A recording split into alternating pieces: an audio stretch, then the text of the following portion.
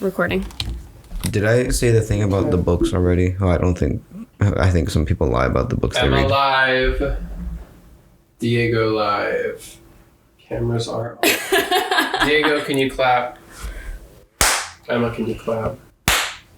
Cool. Okay, y'all should be good to go. I'm going to turn the cameras around so you can see that they're recording. Whenever they stop in 30 minutes, you'll have to restart them. Okay. Y'all both look great. Thank you. Thank you. Did you already say the thing about books? Yeah. How I think some people lie about how many books that they read. I don't think so. You might have said that like privately to me. Maybe I did. Okay, let me know a hot take. Okay. Book talk and like bookstagram people, you know? I think some of them are lying. I mean, like some of them probably are. Some of them, yeah. I think there's like, I was talking to my sister about this because she's getting into like bookstagram and stuff like that. Like she has a book account. She's a big reader these days. And I told her, I was like, I feel like some people are like lying. They've been reading like 200 books a year or something like that. Maybe not that many, like 150 books a year or something like that. I'm like, I don't think you have the time for that. That's a lot. That's a lot of books. That's a lot of time that takes. Yeah. Some people are really fast readers though, especially if you read a lot. Readers. Yeah. I like the thing that pisses me off, and this isn't about anyone else but myself, is that I study English, right? But I'm a slow reader. I'm such a slow reader. I mean, right, I minored in English. I feel like I am like a just very like average, like paced reader. They're not necessarily slow, but I'm not like fast either. My sister can read very fast, and I'm like, I don't know how you like process that information when you're reading it that fast. I'll even like show my dad like a tweet or something that's like a paragraph, and I'm like, hey, check this out, and he's like, oh, nice. I'm like, what? Huh? Took me like a minute to read that. Already got all that? Yeah. Interesting. My dad, I think, is a pretty fast reader. Maybe. I don't know. He just reads a lot. That's like a lot. Like that's his like idling thing. Is just he'll read and then be on his phone and then read. Or whatever. I'm trying to do that more as my idle activity and get off my phone. Yeah. I was on my phone for like an hour less on average last week, so that's nice. I feel like some of it is because I was reading. I've been reading the Homesick for Another World. Okay, so my hot take has more to do with our topic today, and it's that I just want It's Always Sunny in Philadelphia to stop. Like they should just stop while they're ahead. Like I think that it's one of the best sitcoms of all time. And they've had a really good run, and they should just stop while they're ahead before it gets really bad and embarrassing. I feel like their seasons, and I should also say that I'm not caught up on like the latest seasons past like season like 12 maybe or something like that. Mm-hmm. And or like even like maybe like 10 or 11 or something like that. Which is crazy to say because 10 seasons already is a lot of fucking TV. You know? It is. Yeah, they have like, what? Like 15, I think 16? 15, 16, something like that. And I've heard that like, they're like, some of the recent seasons have been very, very good. And then also like, there's like one or two in that mix that I've not seen that are like, yeah, exactly. Yeah. I just feel like they've exhausted like a lot of their possibilities and stuff. And like, it's time to move on. And they already are the longest running sitcom ever, right? Ever. Live action sitcom. Live action. Yeah, pretty sure. So it's like, all right, you got that down. And not much else to like shoot for, you know. Okay, so welcome back to the Mankheads podcast. Welcome back. Welcome to 2023. Yeah, happy New Year. Happy New Year. We haven't seen y'all in a minute. Yeah. Yeah, this episode. Oh, what? I was just saying, things been kind of crazy. There's a lot going on. Honestly, there's a lot going on, and we're gonna get to that in a little bit. But it's good to be back. Yeah, it's great to be back. Starting off the new year right. What is our topic for this week? So today we're talking about sitcoms, mostly the American sitcom. I think we'll probably touch on a couple of other things. Yeah, I mean, I don't think I'm not too like versed in like British sitcoms that much. There's a few that I really like. There's just like a couple of one-off random things that I like. From different places, and then stick around to the end to hear a little bit about our own personal sitcom project that we're working on with our roommates and friends currently. Crazy. Okay. Anyway, so do you have any New Year's resolutions? Mine was literally to read more. Oh, nice. I set a soft goal of 12 books this year for myself and a harder goal of 24. if I get somewhere in between, that would be awesome. I feel like I can definitely read at least one book a month. I think I think that's definitely that's possible. I think if I was more committed, that'd be like a pretty a sustainable thing as well. Mm-hmm. Honestly, like it should be more. I guess it does come out to like a bit more because of like, for me with the school, I ended up. Yeah. I mean, you can count stuff that you read for school. Yeah. Yeah. So like by that metric, I was reading like 20-ish books a year. Yeah, I mean, yeah, because it's like you don't always finish everything. Like I didn't when I was in those classes, but like. That was something that your thing about like people lying about the amount of books that they've read. I'm like, okay, there's definitely some books that I like say that I've read that it's like I might not have necessarily like finished but I was there for like in-depth discussions of it, so I feel like I know like what's up. You know, I mean, that's how I feel too. And like I've written like 10-page papers about these books. I'm like, okay, I feel like by that time commitment, I've read that book. Yeah. Yeah. But there's also other stuff where it's like a collection of short stories. If I read like half of them, I'm like, oh yeah, I read that one. That whole thing. I read it. Yeah, I totally read it. Sorry. My bad. I'm the problem. I don't really have any resolutions. I don't know. Oh. That's not good. Well, is it not good? I don't know. I mean, I want to eat better, I guess. Yeah. I eat like shit, and like I just eat and drink a bunch. I think that resolutions come in many forms. They don't always. I feel like people put a lot of pressure on like what a resolution has to be, like some life-changing thing, and it can be something small. Yeah. Yeah, that's true. Like literally just taking care of yourself a little better, even if it's just incrementally like doing things to like help yourself. Yeah, I've found myself being like, I've been like continuously sick for the past like 4 months, like just like with something or another, and I'm like, man, it's almost like I lead a very unhealthy lifestyle, and this is my consequence. Well, that's crazy. The consequences of my own actions. The decisions I make have ramifications beyond just their immediate results. That's fucked. What the hell? Okay, so let's like get into it. I guess let's just start by talking about like what a sitcom even is. What is a sitcom? What is a sitcom? It's a situational comedy. True. Like a set characteristic of a sitcom would be that it's centered on a fixed set of characters who mostly carry over from episode to episode, usually a family or a group of people who kind of act like a family. Yeah, sitcoms have been around since like the vaudeville days, I think, and then they were on the radio. Obviously, what we know as a sitcom is like a very classical like television version of a sitcom. You got the whole like thing that you think of with like the 3 cameras and like a stage that's open on one side, Yeah. Live studio audience typically. Like one of the shows that comes up constantly when you're looking up sitcoms is I Love Lucy. That was really like the start of like the classic like Hollywood kind of sitcom. Yeah. I've never seen actually like I don't think I've seen a full episode of I Love Lucy. I've seen a couple of random episodes here or there, mostly for classes. There was like the Vita Mita Vegemin one where she's like filming a commercial and she keeps eating the product and then she like gets drunk on it or something. I don't know. From like Lucy. Doing it over and over again. And then there's like that classic assembly line one that I think I've at least seen like that scene where they're at her and like I'm not sure because I really haven't like fully watched that show, but her and her friend are like at an assembly line just like fucking it up. True. And then there's like the grape smashing one. Those are like some really see, it's like I know, why do I know these things? I don't really watch this show, but like I know those couple of very like famous like moments or episodes.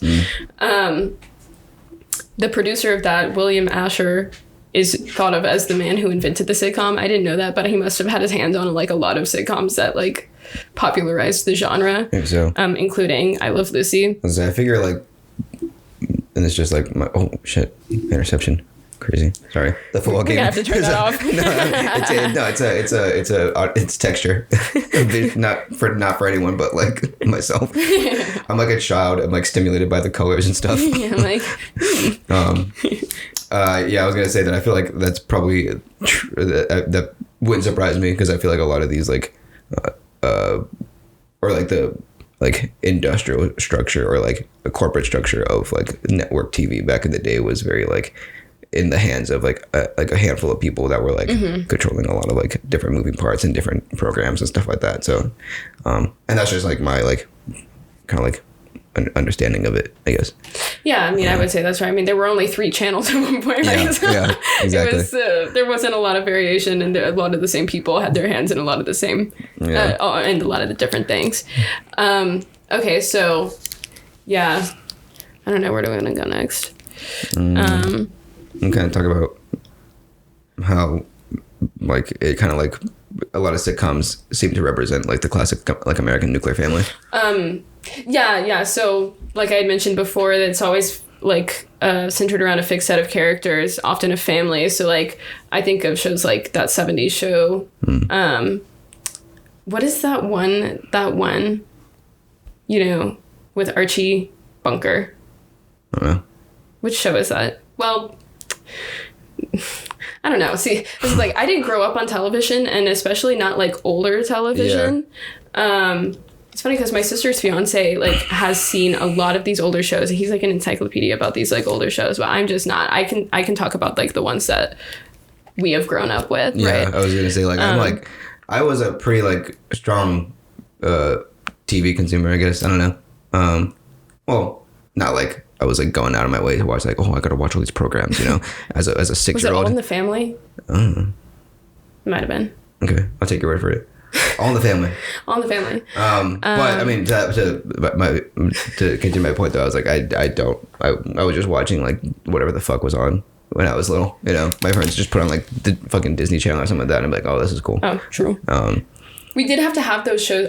So these shows that we're talking about that like neither of us really watched, these things that like I feel like really solidified the genre of sitcom on television with the multi-camera setup and the live audience and the laugh track and very formulaic things and probably lots of stereotypes in the characters and storylines and stuff. Yeah. Those things had to exist so that we could have the shows that you and I have grown up with that are single camera shows that are a little more cinematic. It was probably around like the turn of like the millennium where like sitcoms really started moving away from a multicam thing into more of like a single cam. Yeah, I'd say like the 80s and the 90s, there was kind of like a shift towards, you know, I don't know, are we still in like that same golden age of television at that time? Because it's like now that was like 40 years ago, so like that's like always like hard to say. I feel like my like thought process in like the golden age or platinum age of television, whatever you want to call it, I don't know, there's like a bunch of like I always hear also the golden age of television was like the 40s and 50s or something like that, or like the 50s and 60s or something like that. You know? Yeah, there've been multiple golden ages of television. I think so what is the truth? So who fucking knows, man? But I always like kind of like think about it as like from when The Sopranos started to when like maybe like, and this is like kind of arbitrary, when like Game of Thrones ended, maybe that 20-year stretch where like I don't know, there was like a lot of like, not that I don't think TV has gotten any worse or less quality. I just think that there a lot of those shows that were on at that time just shifted so much from where TV was before, and I don't know, that's like I don't know, my kind of like thought process of it. But yeah, it's like there's a lot of different like people and a lot of different people that think and that argue like, oh, actually no, that this period of TV started with, you know, Oz rather than Sopranos or or even like I don't know, Dallas or something, you know. Yeah, any of these points could be argued and argued. It's all very, very arbitrary, very much like what you want to like talk about. And like I haven't seen a lot of the shows even before Sopranos. Like that's one of the shows, along with a lot of the sitcoms that we're going to be talking about, that I've had to go back and watch, you know, because I wasn't watching it when I was a kid, you know. Yeah, me too. Yeah, but there's like that there definitely is like a shift at some point, whether or not you like wherever you want to place that shift, where sitcoms revolved around like a nuclear family, you know, kind of representing like an idealized version of like middle class American life, to more like I don't know, a little bit more. Start getting different kind of different stories. different kind of stories and different kind of writing and humor. Yeah. Being expressed. I think that's one of the things that I like love about sitcoms is that there's just something for everybody because each any little, you know, group or demographic is like represented somewhere, and you know, why the fuck do we love sitcoms so much? Like, first of all, I think we just like to laugh, right? We like to laugh at other people. We like to laugh at ourselves. Because like there's shows like, you know, so what I'm saying with like everybody, there's something for everybody. It's like you have Golden Girls, you have, you know, the oldies, the retirees. You know, I guess if you were in your 20s and 30s in New York in the 90s, you have Seinfeld or Friends. And then to Friends, yeah. You know, I guess if you're a rich black person in California, you have Fresh Prince. Fresh Prince, and there's also a lot of really like really popular and important black sitcoms in the 80s and stuff like that. You know, now like, we have Fresh Off the Boat, which is a great show. Yeah. I haven't seen Fresh Off the Boat, but I mean, it's like fun. I always hear a lot about it. I mean, like in this day and age, there's like literally like a sitcom for everyone and everything, and like all kinds of like stuff being told, and like also a lot of shows that are like merge or like kind of like blurring the lines between sitcom and like drama and stuff like that, and we can like get to that a little bit later on. But I mean, like that, there really is just like a lot of stuff for like everyone, and also they come in like a neat little like package, you know, a neat little 25-30 minute package, little and everything's like wrapped up and okay by the end of it, or at least, you know, in the like typical structure of a sitcom. So it was always like, it was always comforting, especially like being a teenager and like binging shows like The Office or Friends, you know, going back to those shows that I didn't pay too much attention to when they were airing. It's like, oh, okay, cool, this is like comforting, you know. I can just like watch like 20 minutes of this show, maybe like 3 episodes of that in an hour, and I'm like, okay, cool, I've got watch any old rerun of any closure. Episode from any season, and you don't have to like know the context. Yeah, exactly. Which is nice. Yeah, you can jump right in. When I think of like the sitcoms that were on when we were kids, I think of like Everybody Loves Raymond. Is that even on when we were kids? It just was on, like, it was in reruns a lot. It was one of those big syndicated shows. George Lopez. Yeah, George was Lopez. A huge one. The King of Queens. I never paid 2.5 Men. I think of those shows, yeah. even though it's like I never really watched them. It's like if I was in a hotel or something, I would like catch a random episode or something. Big Bang Theory was that too, and that kind of thing where I'd like, it would like, my family was pretty into that for a while, and so we just like pop it on. Which like one? Big Bang Theory. Oh yeah. Well, that one was hugely popular. That one ran a long time too. That was like 12 seasons. Dude, the sitcom like seasons. rules television for the past however many years. I can't remember. I saw the statistic. Like the top television shows have been sitcoms for like 50 years. Like you know. And the biggest stars on TV were sitcom stars. They'll be sitcom stars. Yeah. Like what's it's a that? Nice stable thing. Yeah. What's that like? That like figure you always hear that like by the end of Friends, like each cast member was making like $1 million an episode or something like that. And like I don't even want to know how much fucking money Jerry Seinfeld's getting from the syndication of Seinfeld. Dude, for real. You know, there's probably some ridiculous amount of money. I'm sure we can look it up. But that whole that classic like you want to get to 100 episodes. Yeah, like that was always a big deal. Like the 100th episode of a sitcom was always like a usually like when shows get syndicated. Yeah, and there was also like a big. It was always like a big like event. You know, like the 100th episode. Let's do something crazy about this. You know. Yeah, the 100th episode of Seinfeld is like a clip show one. I think it might have been for Friends as well. Okay, yeah, that makes sense. How much money does Seinfeld make from reruns? This is important. Okay, I'm just gonna read what Google brought up from Parade.com. In addition to his high salary, Seinfeld has continued to make money off the show's syndication following its 1998 finale. He and Larry David both make $400 million each off of each syndication cycle, as New York Magazine has reported. That's mind-boggling. It's fucked. Like, okay. That's so much money. From a show that ended 25 years ago.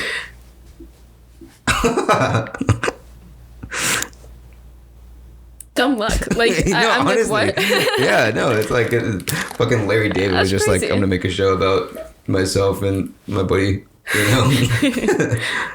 So yeah, Seinfeld is obviously one of my favorites. I grew up on that show.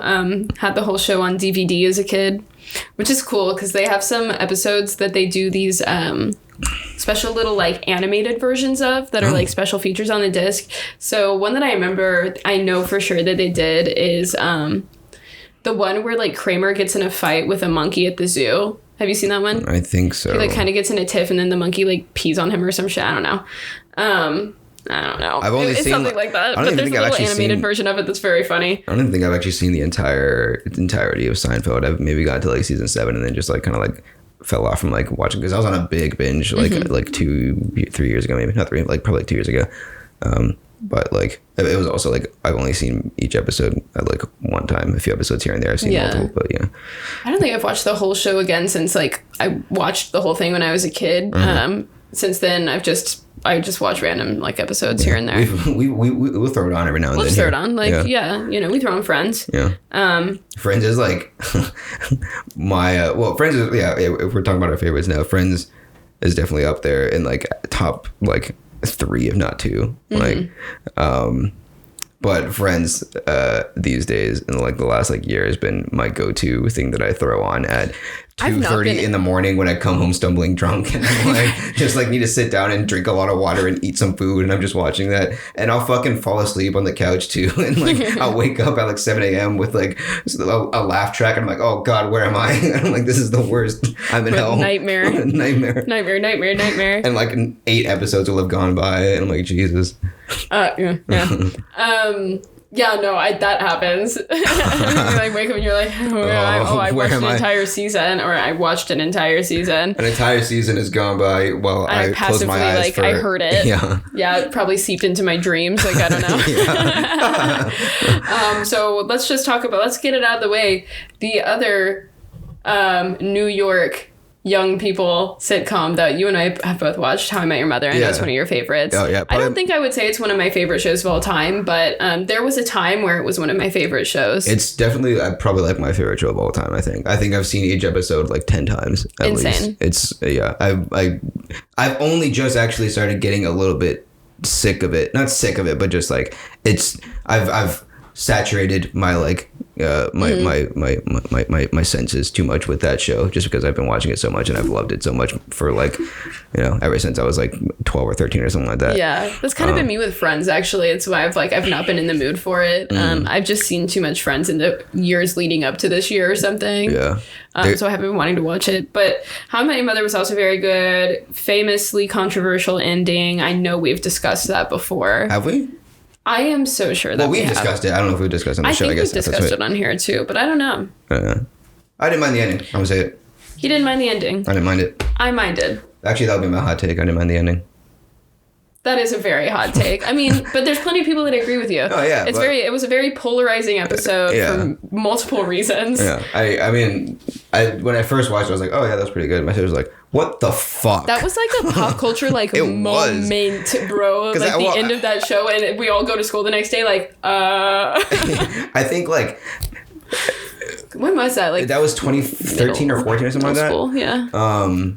Like it was that show and like The Office and like The Big Bang Theory were probably like the 3 like biggest shows around like our adolescence, I guess maybe, or like The Big Bang Theory was like fine, but it was a little too like repetitive and. Yeah, I thought it was fine too. Like people say like, oh yeah, it's like cringe and stuff, and I'm like, maybe so, but it's also kind of followed that like old form. It seems like a sitcom of old to me. Like a very set group and formulaic, and like it even had like that spinoff show, Young Sheldon. It's like that's such a like old thing. Like Mork and Mindy was a spinoff of Happy Days or whatever. Joey.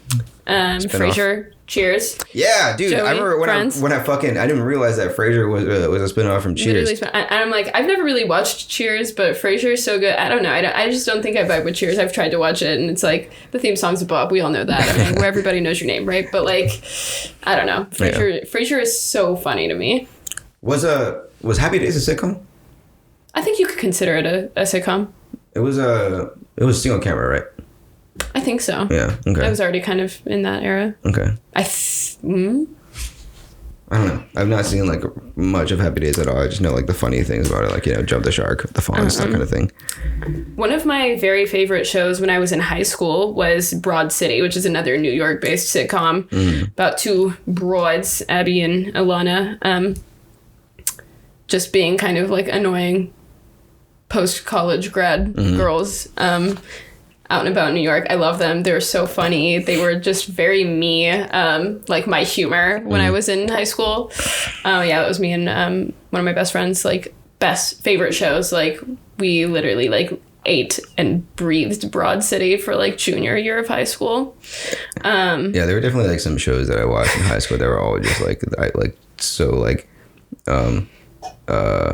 I guess synonymous with like a place and time in my life. Like I resisted The Office for a while because I was like, it started getting like really popular on like social media and stuff like that, and it was always popular, but like it started like seeping its way back, like on like my Twitter timeline and stuff like that. I would see like Office clips and be like, oh, this is so funny, and I'm like, this is popular and I hate it. My friend Jared famously watched The Office and thought it was funny before all of you, so I thought you should know that.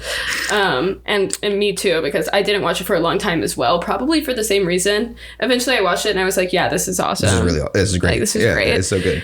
I love those kind of, because that's a whole even subgenre in and of itself, is that mockumentary style. We've got Parks and Rec. Arrested Development is kind of like that, even though they don't have talking heads. They have some of that like camera movement zooms and stuff. They're like the really like the hard like crashing zooms, and also they have George narrating. Right. Or George Michael's the son. Wait, Michael, yeah. Because George is the father, grandfather, and then Michael, and then George Michael. Okay. Michael Sarah. Okay. Yeah. Dear Lord. That show is really funny. That show is really funny, honestly. I haven't seen like the later seasons much, but like the first I think I saw the first season, watched it with like my family in like middle school or something like that, like right around the time that it got canceled and then picked up again by Netflix. And so I was watching it with my family, and there's like even though we didn't watch it a ton, there's just certain bits from that goddamn show that were me and my family thought were so funny that we just keep repeating them. Like there's an episode, oh shoot, I don't remember the episode name, but like where they're trying to like where Michael's trying to teach George Michael some sort of lesson or something like that, and because like I don't know, I think George Michael might have been like trying to buy weed or something like that, or he was trying to like get George Michael to try to buy weed that we can give him a lesson. Yeah, or something like that. And God, that episode's ridiculous. That episode's fucking insane. And then Job like pulls up with like a bunch of like male strippers that are like dressed as cops, and then there's a certain line where George Michael says something like, oh yeah, then all the hot cops came by. And it's just like that's one of the things, like those phrases, like, oh yeah, the hot cops. And then also George has a saying that's like, that's why you always leave a note after like scarring his kids into thinking that like he like lost his arm or something like that because they like did something with the car. They forgot to do something. And then it's like just turns into because that's why you always leave a note. Yeah, and then he has this whole setup, like a whole elaborate setup to like fake his arm falling off and then be like, that's why you always leave a note. Modern Family is another example of documentary. Oh yeah. And that was a really popular one. That was big too. That just ended kind of recently too, right? Yeah, I think so. A couple years ago, maybe. Family. Yeah, let me see. It just ended 2020.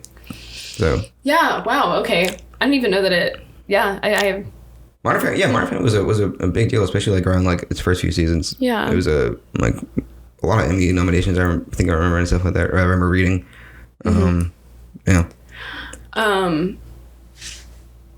Dude, I remember watching, sorry, this is like kind of off topic. Not off topic, just going back to Seinfeld actually for a second. But I remember watching an episode of like the Fine Brothers, like it was like College Kids React or something, and they had them watch a couple of episodes and they were like, does it still hold up? And I think like the overwhelming majority, or like what the conclusion that they came to was that it didn't hold up. And I was pissed. I was like, you were just not correct. You're incorrect. I think that they were, you know how like when some people are like so woke that they're actually closed-minded? Like it was that kind of vibe where it was just like, you're like not even getting the joke. Like that thing that you're like, that's abhorrent or whatever. Abhorrent. How do you say abhorrent, that? I guess, abhorrent. they're doing that on purpose. Like, you know, Was this like you're a not recent supposed thing? to agree with the character on that one. Like, you know, you're not supposed to think that they did a good thing by doing that. Like the one where they drug that girl to play with her toys. Oh. Like, that's terrible. It's really and we bad. know that. Like, I don't think you're supposed to think that that was good. You know? Yeah. It's like, oh, hot take. Dennis's dentist system is problematic. Yeah. Well, yeah. So let's compare those two because I feel like that's Seinfeld was absolutely the blueprint for yeah. It's Always Sunny in Philadelphia. It's the just same thing where it's the like worst people in the world. Oh. So I definitely feel that Seinfeld was the blueprint for It's Always Sunny in Philadelphia. Yeah. With this cast of just the worst people imaginable. And like it's also like an anti-sitcom in the sense that like there's no like learning on the show. No, like, no character development no character whatsoever. development at all. You know, the most character development. Okay, I was gonna say the most character development that happens on that show is like when George gets engaged. Oh, you're talking about Seinfeld. Okay, Seinfeld, yes, yeah. And then like that ends up not amounting to anything at all either. You know. Yeah, he does kind of grow from that experience. Like I would say he does. Kind of, I guess. Kind so, of. I was gonna say on It's Always Sunny. I feel like the development I could say is Mac realizing that he's gay. Oh yeah. Because that's like a running joke on that show for the longest time that they're all like, oh, he doesn't know it, but like he's gay, like whatever. Yeah, and he like had that thing with the what was her name, Carmen, the trans girl. Yes, Yeah. yes. Oh my god, so yeah, and it's like I see why people are like, but that's I don't know, like it's real. I feel like in its earlier seasons, Sunny like did a lot more like on the nose like shock humor where Yes. it's like aiming to like or aiming at these like really like hot button topics, you know. And it like over time it kind of like strayed away from that, especially in like the first season there was a lot of stuff like that. Yeah. And over time it kind of strayed away from that to more just like outrageousness and like situational comedy where it's like, oh, these people getting themselves in like funny situations, you know, or like some scheme that's like been, you know, plotted up to like do something about the bar, or I don't know, that kind of thing. But yeah, Seinfeld walked, so It's Always Sunny could run. Definitely, because It's Always Sunny has done even more than Seinfeld ever could have. It's explored like just many more like issues, I think, and done so many different like I love all the different just kinds of episodes that they've done. Yeah, I think Seinfeld added like in its simplest like explored the ridiculousness of social life and like people thinking that the world should be, especially George thinking that the world should be one way when it's not like that, you know. Yeah. Like George definitely the stand-in character for Larry David. And like Curb follows a similar Curb Your Enthusiasm follows a similar thing where it's I love that like show. something happening to Larry David where like something is not one of his expectations is not met and he just goes, no, that's not right. I'm not, no. That's not how it is. No. I love how like stubborn he is. His worldview is very like one track. I guess I want to if we're going to talk about like sitcoms doing a little bit more and like talking about Sunny doing a lot more like I guess artistically, I think Community is one of the most inventive sitcoms and just like series that I've seen like like ever, just like at how smart the comedy is in that show while also still being like goofy and fun and also like very wholesome as well. It's a very like fun show to watch and like a good watch. Everyone's like, we're all good old friends, even if it's like I don't know what's his name Joel McHale's character, I forgot his name. Jeff. Is it Jeff? I guess you never watched it that much. I never really watched the show. He's like kind of a dickhead, but he's like he grows and learns, so it's good. Oh, that's kind of the main guy, right? Yeah. I just love how like each episode kind of goes into like a trope or like an homage of some sort of like film or TV thing. Like one of like the most like famous episodes of the show is it's like Abed's birthday. And like I have watched that one on your recommendation. Yeah, it's a great one. Great episode.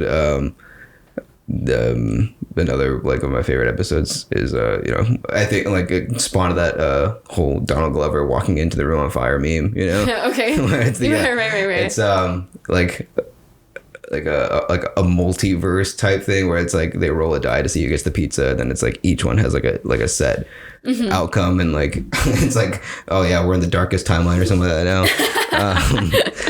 No, there's just so many great episodes. There's like a Law and Order procedural episode, where they just like the whole episode is just shot like a Law and Order episode, but it's like not involving like murder. It's just like, oh man, who is stealing pencils from the science lab or something? I don't know, something like really mundane. Yeah. Also, Donald Glover is just so talented and so funny in that show. He's fucking great. He was a writer. Okay. Let me segue. He was a writer on 30 Rock, which is one of the best sitcoms. Oh, 30 Rock's right, yeah. 30 Rock is amazing. Just incredible meta television. Yeah. Like, wow. I don't even know what else to say. It's just like, it has such funny characters. I know like Alec Baldwin is controversial, but he's really funny on that show. And I think his character is very funny on that show. Of course, we love Tina Fey. Love the whole cast of characters and how ridiculous that show is. That was a show that I watched a good deal on with my family as well. There's a lot of humor that I did not get when I was a kid that I had to get old enough and go to film school and then be like, oh, like, I get why this is so funny, like, in ways that I couldn't have even picked up on before because I didn't know anything about like the industry at all. Yeah. There's we were talking mostly about American sitcoms, but there's a British sitcom that we really come to love in the last like year or two. That's Peep Show. With James Webb and David Mitchell, I think are the creators' names. Couldn't claim to know their names. Not James Webb. And that's fucking Telescope, isn't it? Focuses on two guys in their 20s who are roommates and friends, just getting into shenanigans. Robert They're kind Webb, of sorry. dickheads. James Webb is a telescope. Oh, that's unfortunate. Yeah. Sorry. Nothing, just that shows. Oh, also Olivia Colman was on that show. Olivia Colman, yeah. Yeah, probably. She's on that show. I don't know if that was before. I don't know. She's probably been known in the British acting world a lot longer than she's been a household name over here. That's the earliest that I'd ever seen her in anything. And that show was like, I think started in like 2003. It's so fun. And its kind of gimmick is that you get all these POV shots from the characters. Yeah, the whole show is shot like as if you, the camera, are a person looking at me talking and conversing. So it'll like move and like It's just so fucking like, I don't know. It's like definitely along the lines of like, especially with the David Mitchell character Mark, of like cringe humor. Oh yeah, know? And that's such like Mark is like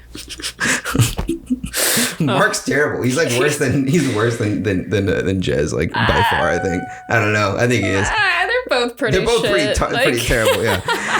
But like that's another thing is like everyone on the show is kind of awful too. Like Olivia Colman, her character Sophie is also like insane as well.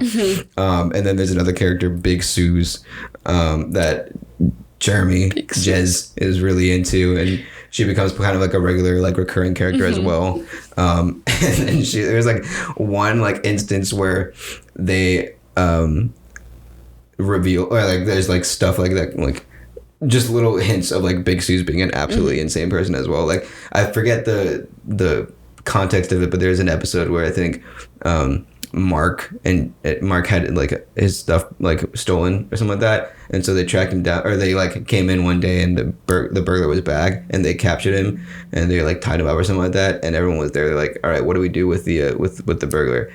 And then Big Suze, she's like, why don't we just burn him with cigarettes? And Mark was like, that's terrible. Like, why would we do that? And she's like, oh, we just burn him with cigarettes. Obviously.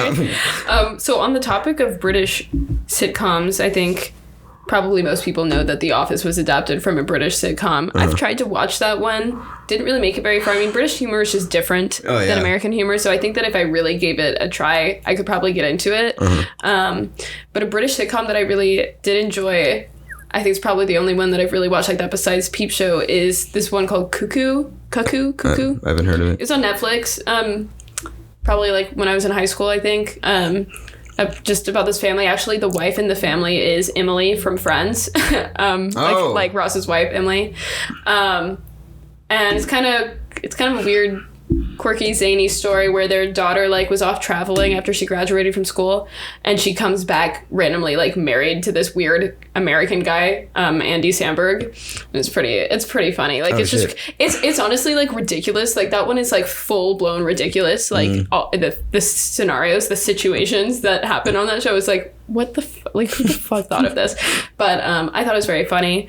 And then not British but British adjacent, Wilfred was a Australian sitcom that then got adapted to be an American sitcom starring Elijah Wood.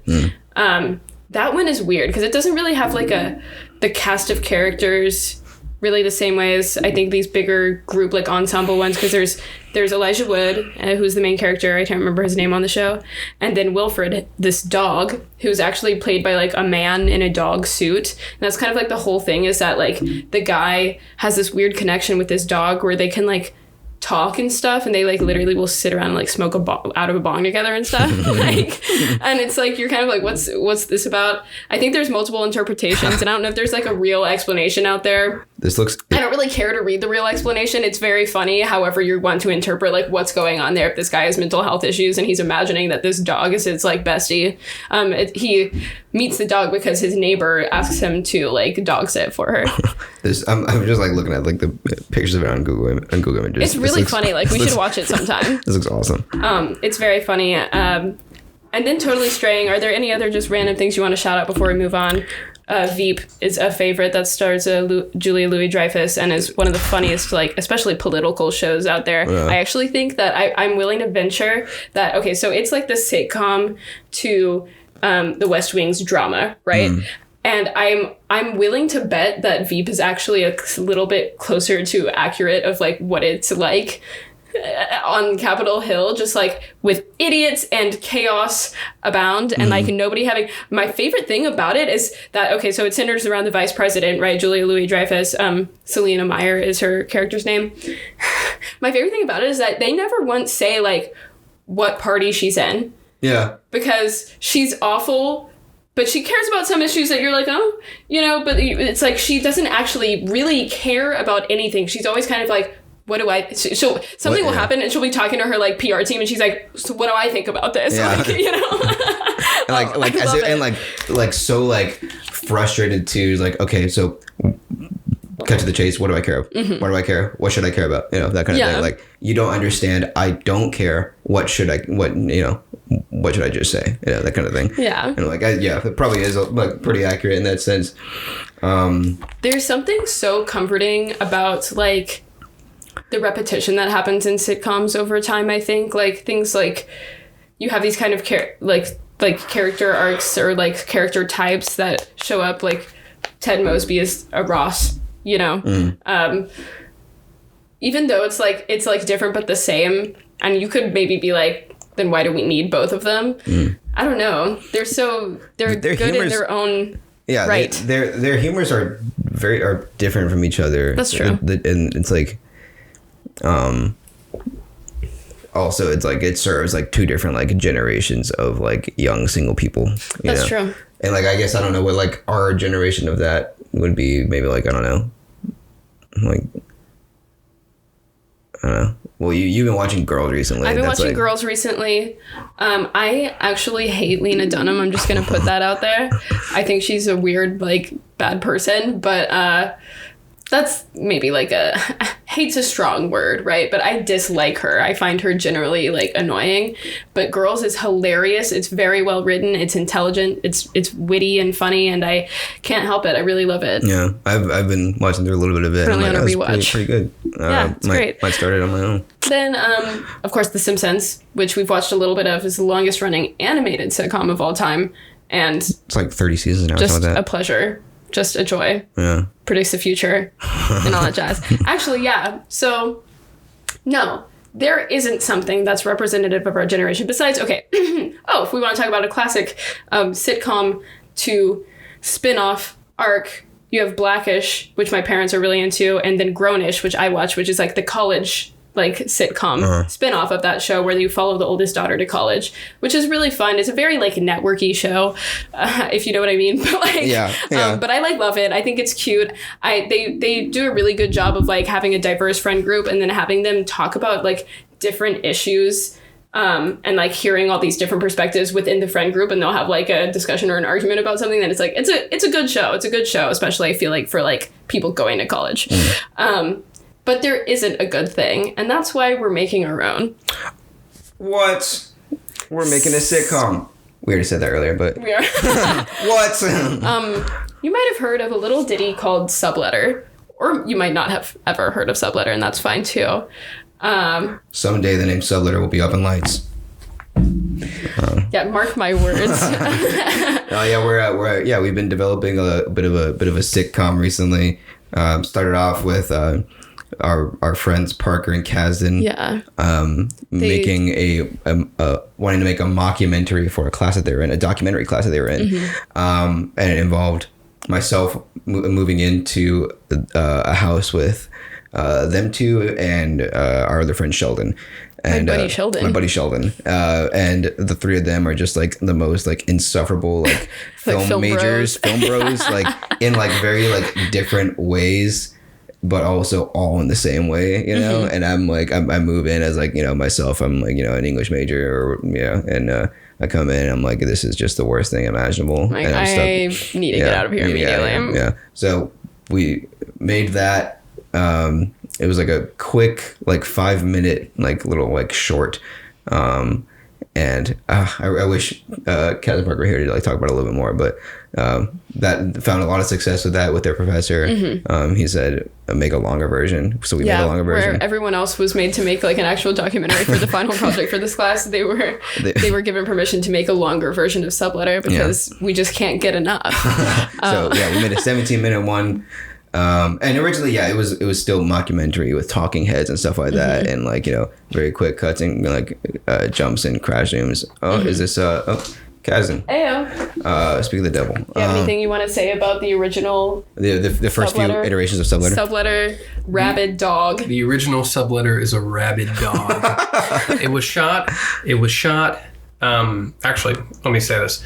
It was thought of, shot, and edited within a 16-hour period. Insane. And it is honestly a miracle.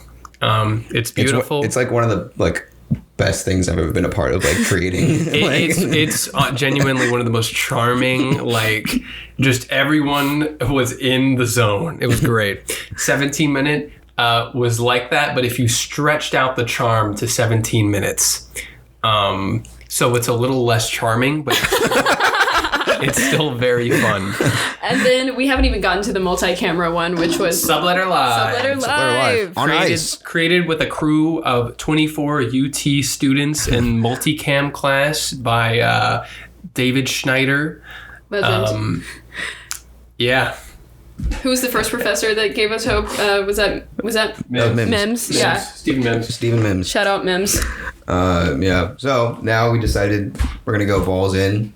We have like a plan to make 3 episodes and then have a really solid like little set and maybe work on a pitch or something to kind of try to shop it around and see what we can do. Because I mean, many of my favorite shows, like Broad City, started as web series that turned into sitcoms. Sunny as well. Sunny. Like it's like I feel like such like that process and that like its inception and its execution I feel like it's just we're taking so much influence from that, you know. Yeah, I'm glad that we're just doing this too, because like it's the strongest, I think, just with like us doing our thing. If it gets somewhere and we get a budget, we'll see what happens. You know, hopefully we are able to maintain control, but I think that it's gonna be really fun. So I watched like a whole video essay like a couple weeks ago about how like there's no good sitcoms for like college age, like Gen Z basically sitcoms right now, and I really agree with that. Like if you've tried to watch The Sex Lives of College Girls, I say if you've tried to watch, like everyone dislikes it as much as I did, but like I really didn't like it. A lot of people it was clearly written by like a fucking like millennial to Gen X like person. Like who is it? Mindy Kaling. Mindy Kaling created it, I think. it's just like clearly written by this older group of people trying really hard to appeal to Gen Z, and it's not hitting for me personally. I think that like they don't quite understand us. It's fine. I've watched a few episodes here and there with some other friends of ours, and it's like, yeah, no, it's fine. It's fine. It's nothing that I would really like go out of my way to watch a ton. I think the only way that something like that could be made, like to appeal and like maybe not speak for an entire generation, but at least like add a voice to that kind of like, you know, age group and mindset, is if it's done from someone there. Yeah. I think that's kind of what we're like trying to do, is like we're like, this is maybe also my own personal thing, but I would very much so like to see more television shows in Texas. Just more shit in Texas in general. Yeah, more shit in Texas. There's a lot of people here. I don't know. And we're not all, you know, the Hills. Yeah. Is that their name? That's like actually their name, right? King of the Hill. Oh, yeah. Yeah. Hank Hill. Hank Hill, yeah. Because I'm like, that's like the one show I can think of that's set in Texas. Texas, yeah. Like, I guess anyway. that's a good sitcom too. No, no, it is a good sitcom. So is BoJack. I think we talked about like, is that like? Is that a yeah. Bob's Burgers. Bob's Burgers is like more of a classical family sitcom, like The Simpsons. Yeah, King of the Hill. Yeah, King of the Hill definitely is much more of a sitcom than BoJack, but it's like BoJack could be described as a sitcom. You could also say like dramedy, or like Master of None. Is that a sitcom? You know, that kind of thing. The first season is. The first season definitely is a sitcom. I'm not sure. The second season is. The third season, no, definitely not. And the second season is a like, Bergman film. Yeah, exactly. It literally is, beat for beat. What else is like kind of in that realm? Oh, Rami. That's another one that I've really come to like. That's a good one. That one's really good, and also it like kind of like what we're talking about. There's like something for like everyone. Yeah. Like, that's what, okay. Actually, I was gonna come back to that idea as well. So I'm glad you did, because I almost forgot. And then it's like, awesome. There isn't something for everyone. Like, is there? You know, like there is, but there isn't. Yeah. You know. There could always be a lot more representation. So I hope for in the future, just like people who feel underrepresented to have that representation. Yeah. I don't know if we're going to be representing an underrepresented group, but I actually kind of think we are, by actually accurately representing like an ensemble of Gen Z characters written and played by Gen Z people, you know? I don't think we're going to be doing anything like nearly as like societally important as like Rami or like Master of None or anything like that, you know? Like certainly not. Definitely not. And like that's I only fine. hope that we can have some really good memorable episodes like It's Always Sunny, though. Yeah. That's my goal. That's my goal too. And also I think it like at the core of it is just we all just enjoy getting together and writing and making creating something, you know? Yeah. And that's the biggest thing is that we'll we capture just get a time and a place in our lives. Yeah. So yeah, that's what we're up to. And I guess that's our episode on sitcoms. Any closing thoughts, statements? Stream Subletter. Yeah, stream. In like 2 years when it gets picked up. Yeah, we'll keep you updated. Yeah. Follow us on Twitter at Mankheads. Follow us on Instagram at Mankheads Podcast. Mankheads Podcast. Follow Mankheads on Instagram. Subscribe on YouTube. What else? Yeah, subscribe on YouTube. You can watch this episode on YouTube. Give us a 5-star rating, or the highest rating that you can give us on whatever platform you're listening to or watching this. You know, that really helps. It goes a long way. I don't know. Thanks for tuning in. Thank you. Bye.